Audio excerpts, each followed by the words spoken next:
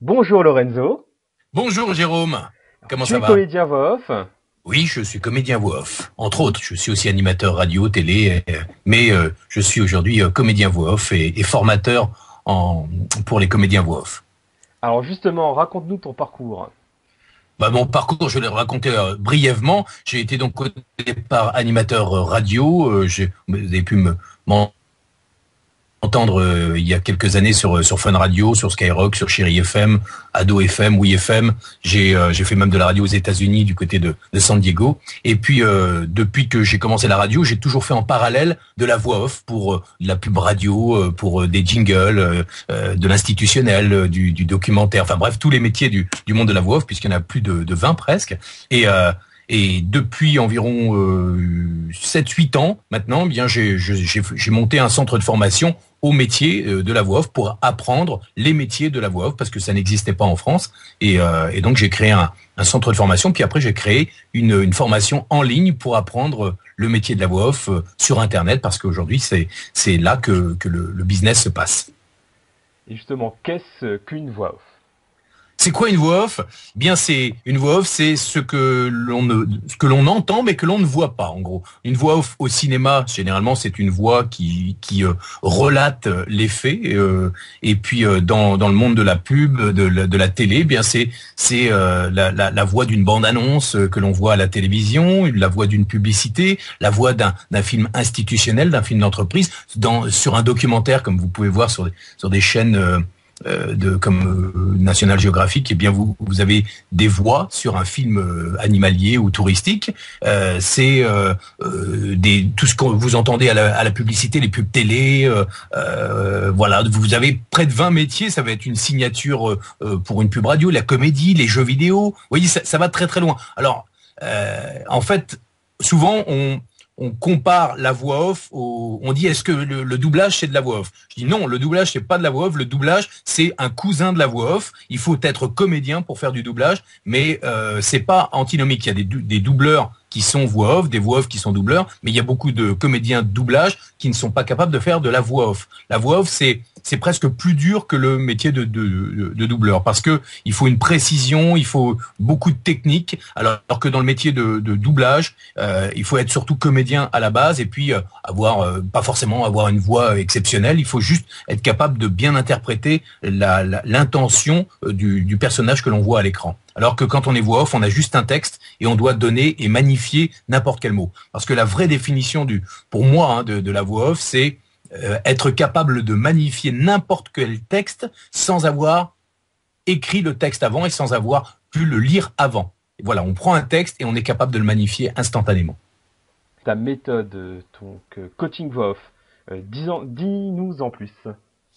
La méthode de coaching voix off, bien, c'est simple. Déjà, c'est une méthode qui m'est propre puisque, en fait, j'ai adapté tout ce que j'ai mis en place, moi, pour ma propre carrière, c'est-à-dire plus de 30 ans de carrière, tout ce que j'ai fait pour devenir voix off ou animateur radio et télé, tout ce que j'ai fait, j'ai regroupé toutes ces techniques. Donc, au début, c'était simple, j'avais des dictaphones où j'écoutais la radio ou la télé, j'enregistrais la voix à la télé, à la radio, je recopiais le texte que j'avais entendu, et derrière ça, j'écoutais et je répétais. J'écoutais, je répétais. Et mon seul coach que j'avais, c'était moi. C'est-à-dire qu'en gros, c'était ma lucidité, ma perception de ce que j'entendais. Je me disais que si ce que je fais ne correspond pas à ce que j'entends, ça veut dire que je suis pas encore prêt.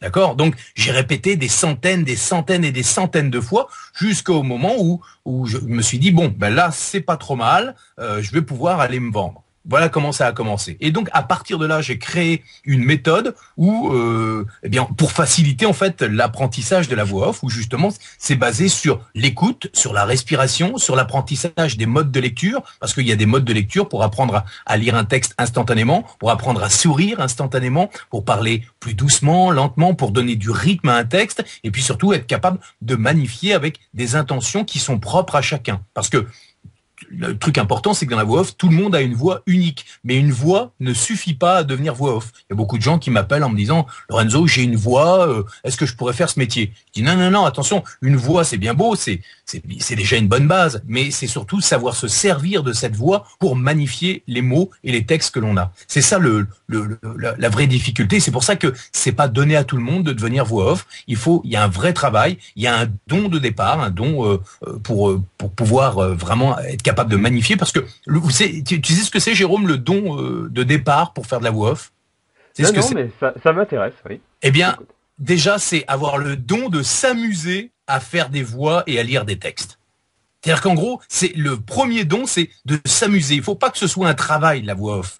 Le travail, c'est apprendre les techniques pour pouvoir vraiment être super précis, être capable de bien magnifier un mot, d'être capable de comprendre comment ne pas trop respirer sur une phrase, être d'une précision absolue au niveau de diction. Ça, c'est le vrai travail technique. Et c'est finalement ça qu'il faut apprendre. Mais au départ, le seul don qu'il faut posséder, c'est le don de s'amuser à faire des voix.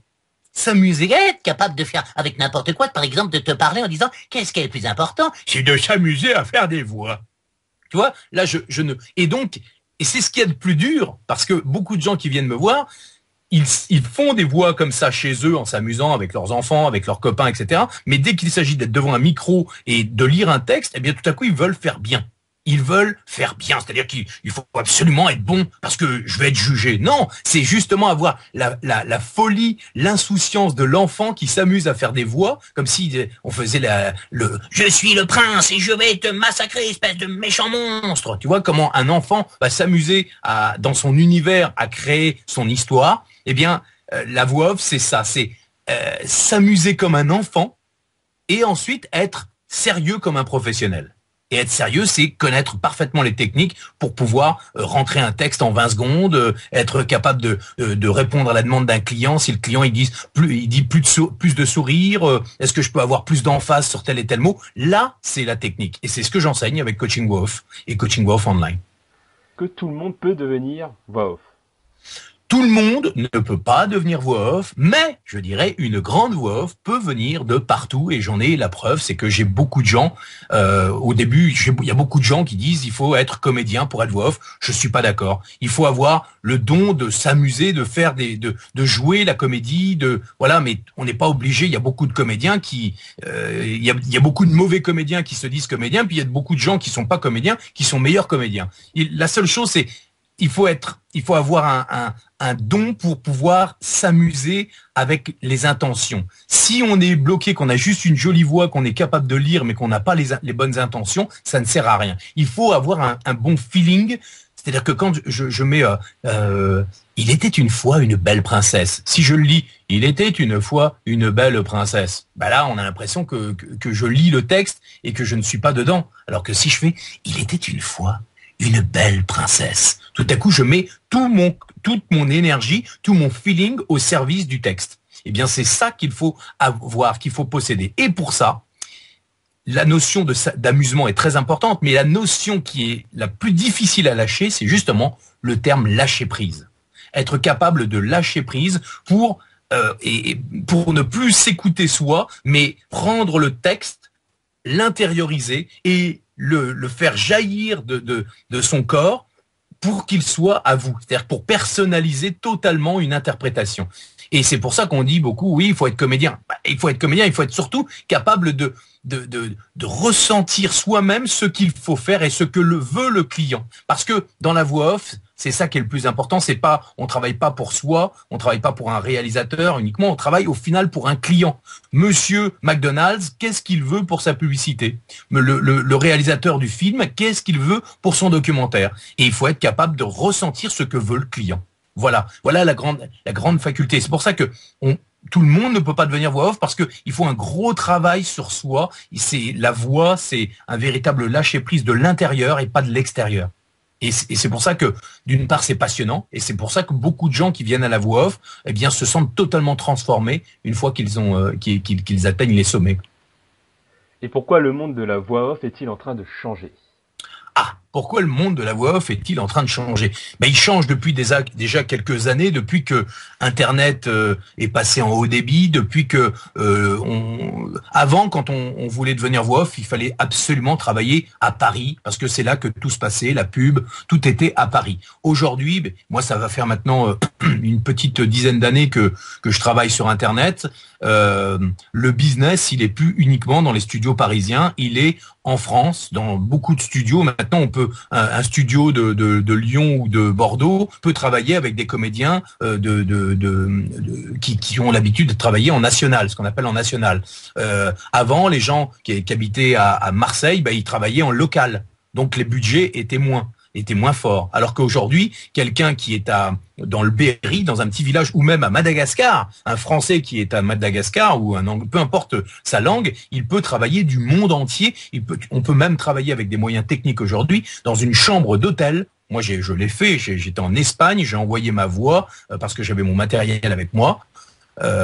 Voilà, il suffit de connaître le bon matériel. Aujourd'hui, pour moins de 1000 euros, on peut avoir un studio portatif et aller faire des voix de n'importe où dans le monde. Donc c'est pour ça que le métier est en train de changer. Beaucoup de gens ne l'ont pas vu venir, mais voilà, il y a des marchés parallèles du monde de la voix off. C'est pas uniquement dans les grands studios parisiens. Ça se passe aussi voilà, dans un petit studio. Là, je parle de mon petit home studio qui est dans un placard avec de la mousse sur le côté. Vous voyez, je peux vous montrer. Voilà, j'ai installé ici voilà, il y a des mousses, c'est très professionnel, hein, j'ai fait faire ça par un professionnel, et j'ai un micro, voilà, que je montre, voilà, un micro ici, j'ai un logiciel, j'ai un Mac, un ordinateur, et je reçois, là, juste après avoir raccroché, là, je vais faire une pub pour une radio nationale, une télé nationale en Belgique.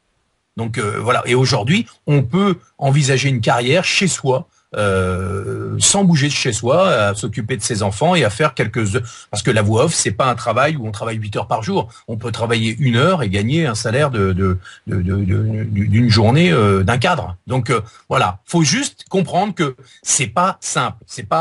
Moi je suis pas là pour vendre un miroir aux alouettes. C'est pas donné à tout le monde. Il faut une fois qu'on est devenu professionnel, parce que pour gagner sa vie dans la voix off, il faut pas être amateur. Un amateur ne fait pas long feu dans ce métier, parce que on envoie une voix, elle est amateur, vous êtes tout de suite éliminé. Si vous n'êtes pas professionnel, vous pouvez pas gagner votre vie avec ce métier.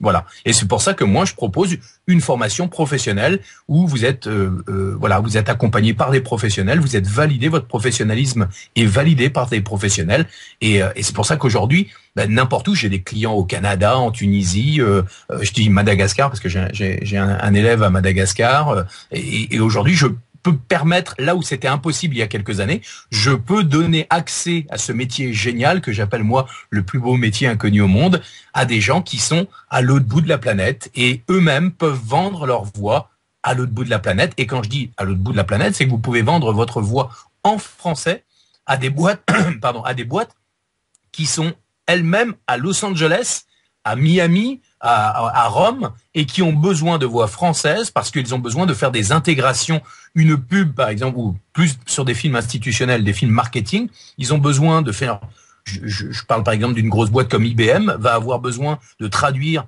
son film d'entreprise qui vont après dispatcher à tous les commerciaux d'IBM Monde. Eh bien, ils vont traduire en français, en italien, en anglais, et donc ils vont rechercher des voix françaises, italiennes, anglaises dans le monde entier.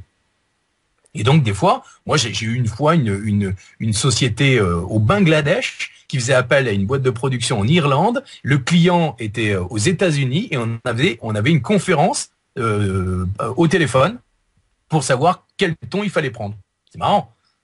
Et aujourd'hui, les moyens techniques sont exceptionnels. C'est qu'on peut, en plus, être relié avec des machines.